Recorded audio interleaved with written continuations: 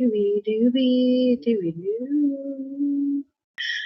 Hello and welcome to this day 11 and 12 of the Community Vlogmas Challenge. At some point, the word challenge has changed for me and has taken on a very adversarial connotation that it doesn't necessarily need to have, which is why I pause every time I think about calling this a challenge. Anyway, that's just me overthinking things. It's how I do. So today is December 12th. I skipped yesterday because my wife Beth had the day off from work, and I hung out with her instead of you guys.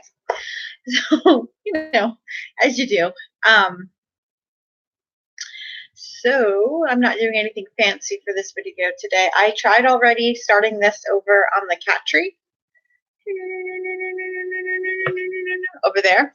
I was gonna use that part right there, that uppermost part, for my tripod, but then Keegan was very interested in what I was doing, and also my laptop does not hold a charge. I thought it held a little bit of a charge, but it went from hey, we're at 100% battery to we're off, and then it just took me longer than it really should have for me to figure out how to get in and delete that stream, because it was still trying to do a live stream. Anyway, I'm hoping that this comes through okay. Sometimes when I play them back, the audio and video doesn't really sync up. We have crappy Wi-Fi, but we don't pay for it, so it's not that bad. We'll see how this goes. So I am playing catch up because I skipped yesterday. I also haven't been doing my writing challenge. I finally posted one snippet on the 9th to Instagram, and I haven't done it since then, and I will, and that's totally fine. To totally overshare, I messed up my medication again with the thyroid medicine that I have to take. I keep deciding, so in my head things become, well, it's not a life-saving medication, it's okay if you miss it now and again. And sometimes to totally overshare, this particular one is a fasting medication. So I either have to take it, what does it work, an hour before I eat or drink anything, or 4 hours after I've had something to eat or drink, which if I'm awake, there is no amount of time in which I haven't had something to drink or eat. So I'm a grazer, and I definitely drink a lot of tea and water and stuff, soda things. So my plan for this is always to get up, usually when Beth gets home from work, and just take it in the middle of my sleeping. But there are days when I either don't wake up when she comes home, or I just don't feel like taking it, which is not a good reason to not take your medication. All of this to say, I went for 3 or 4 days without taking it, and funny thing, the physical manifestations, signs, symptoms of having hypothyroidism, they're actually real. That's an actual thing. And so, been super tired, been super achy. So why did I start talking about that? I think that was part of why I skipped, because I hadn't done the writing challenge. That's why. Anyway, I am really liking doing these live streams. It has taken all of the pressure off of me to try to. So there are the people who are into YouTube and doing videos who have an interest in cinematography and video making. That might be the same thing said 2 different ways, and that's awesome. I was thinking about Bernadette Banner today, and how when I first started following her, she didn't have nearly as many followers as she has today, and also something.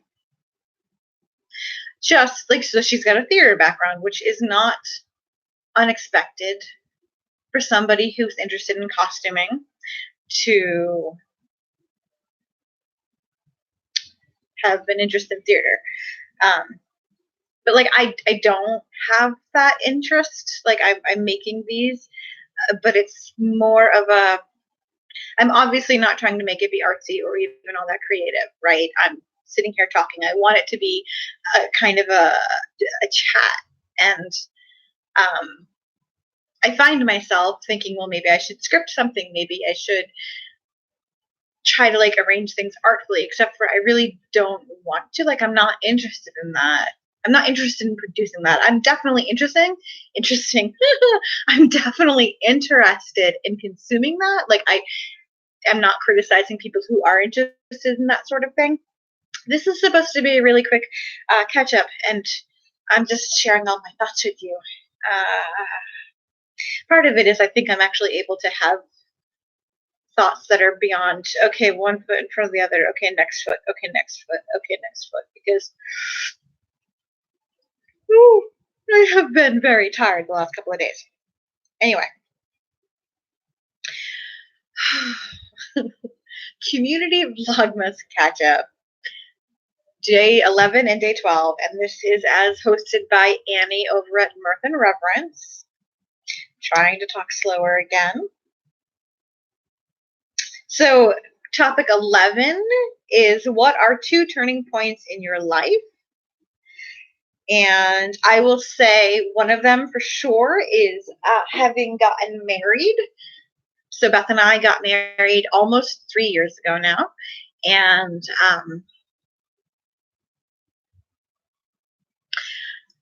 so it shouldn't, getting married should not solidify a feeling of family. I mean, we have been together since 2005. And while our relationship hasn't always been perfect or even good, some parts of that was really dark for both of us at different times. We've always been pretty committed to one another in terms of, hey, I want you for my life partner.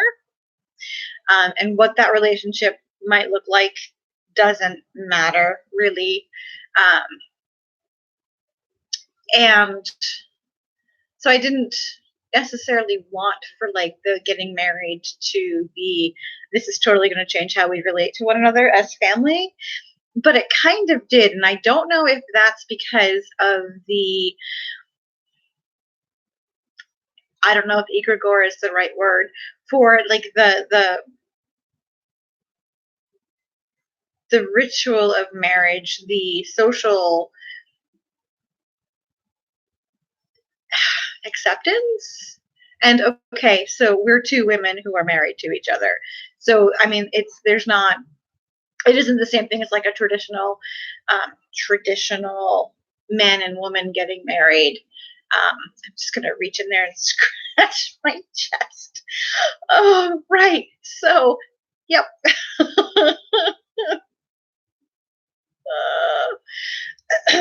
It's fine. There was nothing. It wasn't that far down. Anyway, oh god. I'm gonna scratch my foot instead now. Holy shit. I've got like cat hair or something in my bra.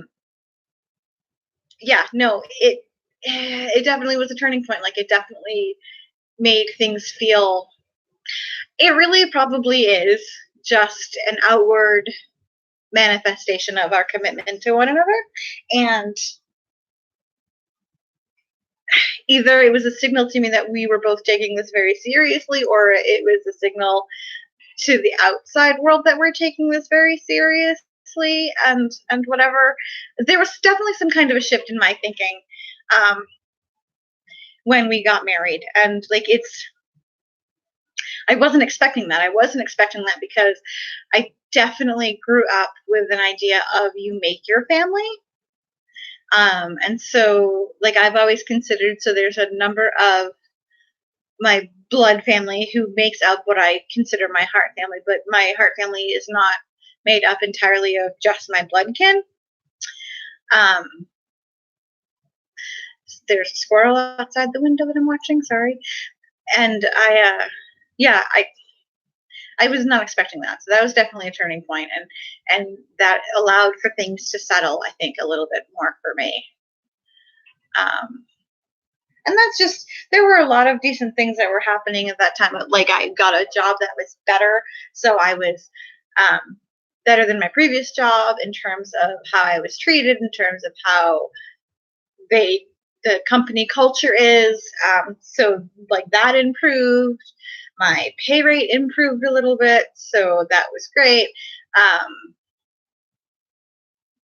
I started seriously dealing with my depression issues in terms of actually getting outside help. So there were a bunch of things that happened at that time that just made things more level, more steady, more better. But definitely, yeah, I mean, I love her, and she's awesome, and she is one of my greatest champions, and she is willing to, the police, she's willing to advocate for me, especially advocating for me to me. And just, yeah, I love her. And then the second question, this is a two-parter, right? So second turning point in my life. I mean, there's so many, right?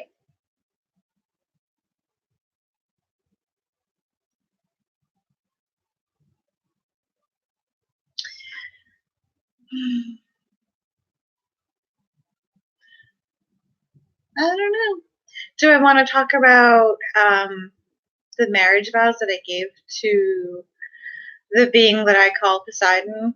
Which, that's going to get me into a whole other thing right there. I'm rolling my eyes because it's like, so the dance that I have to do around the name thing now just to get out of my own way is frustrating. It's not really anymore, because my solution to that is he has a different name now for me for private use, but like, it's for private use, so I'm not going to use it here. So the being that I call Poseidon, because that did happen, and that definitely changed a lot of things in my life. Ultimately for the best.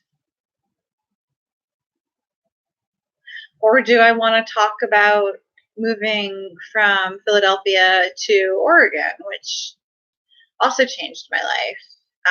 And it allowed for me to have what I do believe was a necessary amount of seclusion from, I don't want to say from the person that people thought that I was, but possibly from my built-in ideas of what I thought they thought I was or should be. And maybe if I had been in any kind of therapy or on any medication back then, that wouldn't have been necessary. But I do feel that it was. I have a little bit of wanderlust in me anyway, so being in new places, I like to explore, and so that was really good. And I really do love it out here. It's beautiful out here. I don't like the culture in terms of how the people are in the area that I am in. I miss what I refer to as New England standoffishness. I miss being able to be on a crowded bus, and this is not just in New England, because Philadelphia, it was really like this too, where you can be on a crowded bus, and as long as you're not in need of help, people are going to not pretend that you're not there, but you have this like mutual sense of ignoring the other person. So you're not really ignoring them, but you're allowing there to be a sense of space. And since there cannot be a sense of physical space because it is so crowded, especially there's this sort of psychic, and I miss that. I miss people not just randomly talking to me, which makes me sound very antisocial. But I don't do well with small talk unless you were talking about animals. If you're talking about your pets, I will talk and I will listen to you all day. Yeah. Anyway, so I do miss being back east, which is a huge part of why we're fixing that. It's just so that we can be back with family and loved ones eventually. So yeah, but that was a turning point. I think that I didn't need to. If we could have moved back 5 years ago, I think it would have been perfect. That's how that's gonna go. That's yes. Okay. And so question number 12. That's not how you say it. 12, 10, 10, 2. So I guess I'm not giving the counting on my hands, right? So question number 12 is, what has been your most embarrassing moment? Okay. So the moment that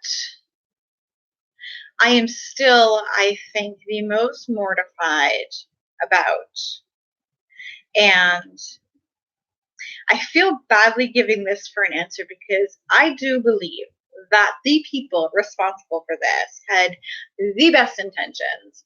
But even to this day, which is like, I can't math. I was 17, I'm 42 now. So that much time, these people really didn't know me at all. And it hurts.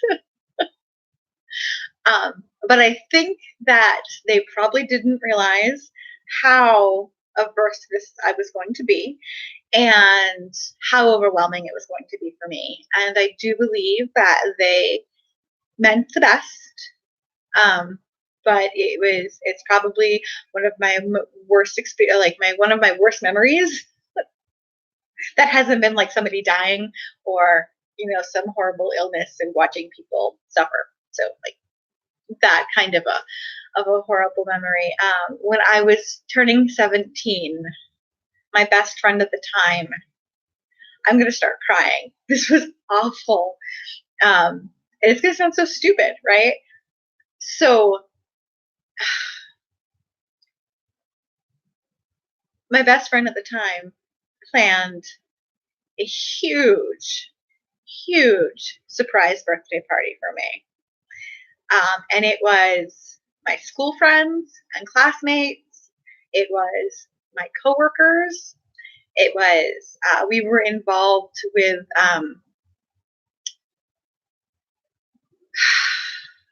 like a gaming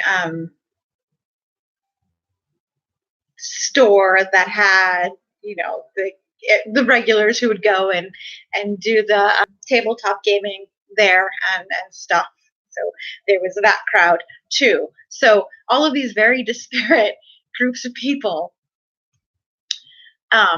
So that alone, it being this huge group of people, and I mean, it was a lot.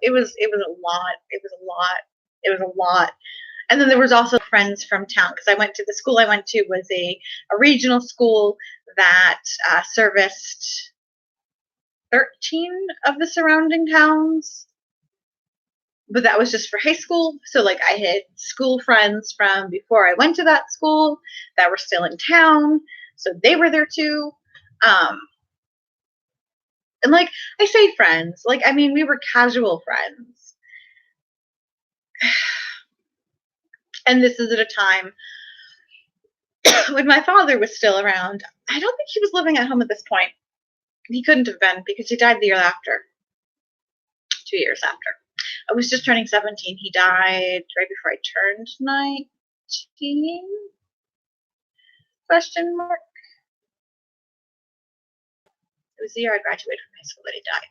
So yeah. Anyway, it was a decent amount of people, and family was there too. And I remember, my mother owns a duplex, and at this point in time, that side was empty. And I don't know how they managed to hide all the fucking cars, because it's not a big street that I lived on. And I fucking have no idea how they hid all the cars. But I had no idea until they were opening the door that there was something. Well, they were like, come on over to the other side of the house. There's something I need. I can't remember what the excuse was, but like my mother was there, my best friend at the time was there, and my boyfriend was there. And like, as the door was opening, that is when I got this, the spidey sense that this is not something you're going to enjoy. And I really tried running away, and they didn't let me. And I like fled as soon as I could. And a couple of my friends there totally knew this was going to be awful. And they were like, I'm so sorry that I didn't tell you, and blah, blah, blah. I did not actually break up with my boyfriend, and that was that was a near thing. And yeah, it fucking boss was there. I'm 17. This is my first job. I'm still in high school. My fucking boss is there. And he lectured me because I ducked out as soon as I could. He lectured me later about how I was I need to be more grateful, and they put a lot of time into that, and you got to appreciate your mother more, and blah blah blah. I'm like, fuck you, dude. Just shut up. And I was mad, and I was mortified, and I was embarrassed. I don't do good with surprises. Like, even if they're surprises that people who are involved in my life know that I'm going to love. No. I think Beth is the only person. Beth, my brother, and and two of my friends that I have been friends with for a very long time. Not going to name names. One of them is not on YouTube. But they know who they are. I would trust them with surprises for me, and that I know that they would not do surprises, because this is my level of not liking surprises. The other day, and this is weeks ago now, Beth was going to a local pastry shop, and I was like, oh, I want something too. She was going to get something gluten-free. I want something too. You're just going to swing by there on the way to work. I want something too. Bring me home something. And she said, what do you want? And I said, surprise me. And she was like, yeah, I'd really rather not. I'm like, no, actually, go ahead and surprise me. I know you know what I like.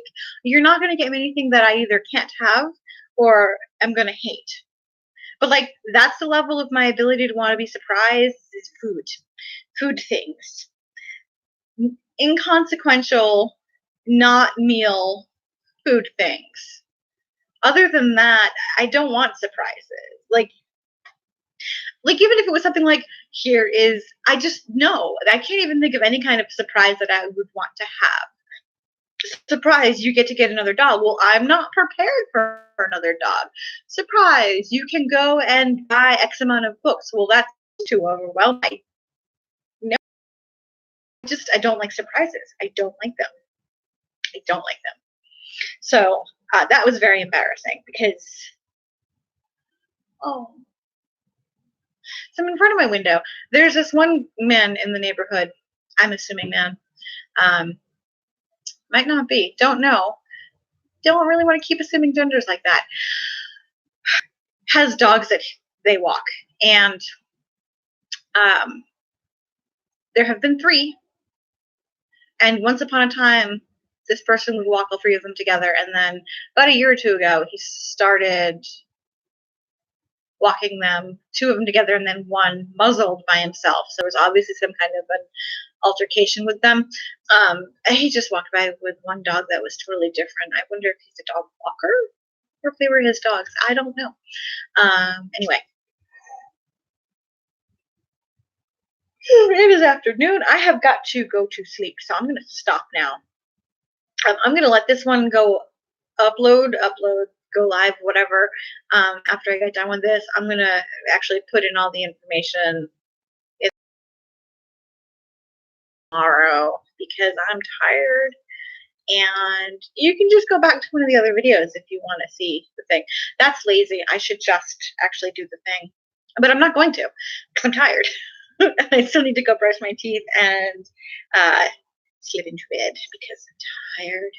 It's night time. What else do I have to talk about? I think that's it. This is a pretty long one for it was a catch up. So 15 minutes for each one. That's fine, right? If we're just generalizing. You can see our beloved dead shrine right over there. But you can't see much. That beautiful. Oh, can't. There we go. Whoa, no, yes, no, oh God. Whatever, that dog right there, I'm going to point to the screen. You can't see me. That's our Corby J. Whoop. And those are our nice, super fancy electric candles because cats can't light themselves on fire with those. Keegan and Diana both go up there now.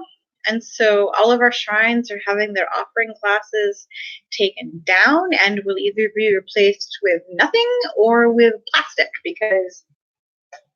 and offerings will now, as Beth and I were talking about the other day, you know, it's our house. If you're not okay with cats being all up in your shit, you don't need to be here. And I don't care if you are human or otherwise. I don't care if you're incarnate or otherwise. This is our house. This is our home. If you want to be here, you need to accept that. Not that they don't, because they do. But that's basically where I'm at. Yes, okay, I'm going to go now. Thank you for watching. Thank you for listening. Thank you for tolerating the fact that there is absolutely nothing really to mention in the description until I get that fixed, which is not going to be today. Maybe it will be tomorrow. Might not be until the weekend. And if you come here and you see things in the description box, disregard all of that. I will talk to you wonderful people tomorrow or at some point. Okay, goodbye. And we're shutting it off now. Here we go. Gotta actually hit the end stream button. End stream, end the stream.